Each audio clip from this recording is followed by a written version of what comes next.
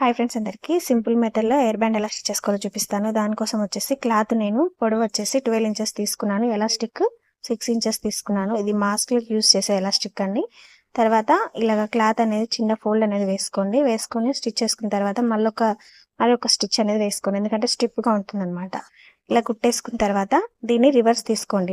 మన దగ్గర సూది కానీ లేకపోతే లూప్ టర్నర్ కానీ దేంతో అయినా రివర్స్ తీసుకోవచ్చు. నేనైతే కాంటతో తీసాను.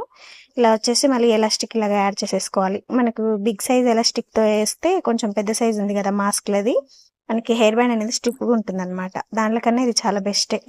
ఇలా తీసేసుకున్న తర్వాత రెండింటిని కలిపి ఇలాగా అంటే రెండు కలుపుకొని ఇలాగ ఒక స్టిచ్ అనేది వేసేసుకోండి, స్ట్రాంగ్గా ఉండేలాగా. అంటే రఫ్ కొట్టేసేయండి, ఒక 2-3 సార్లు రఫ్ కొట్టేస్తే సరిపోతుంది.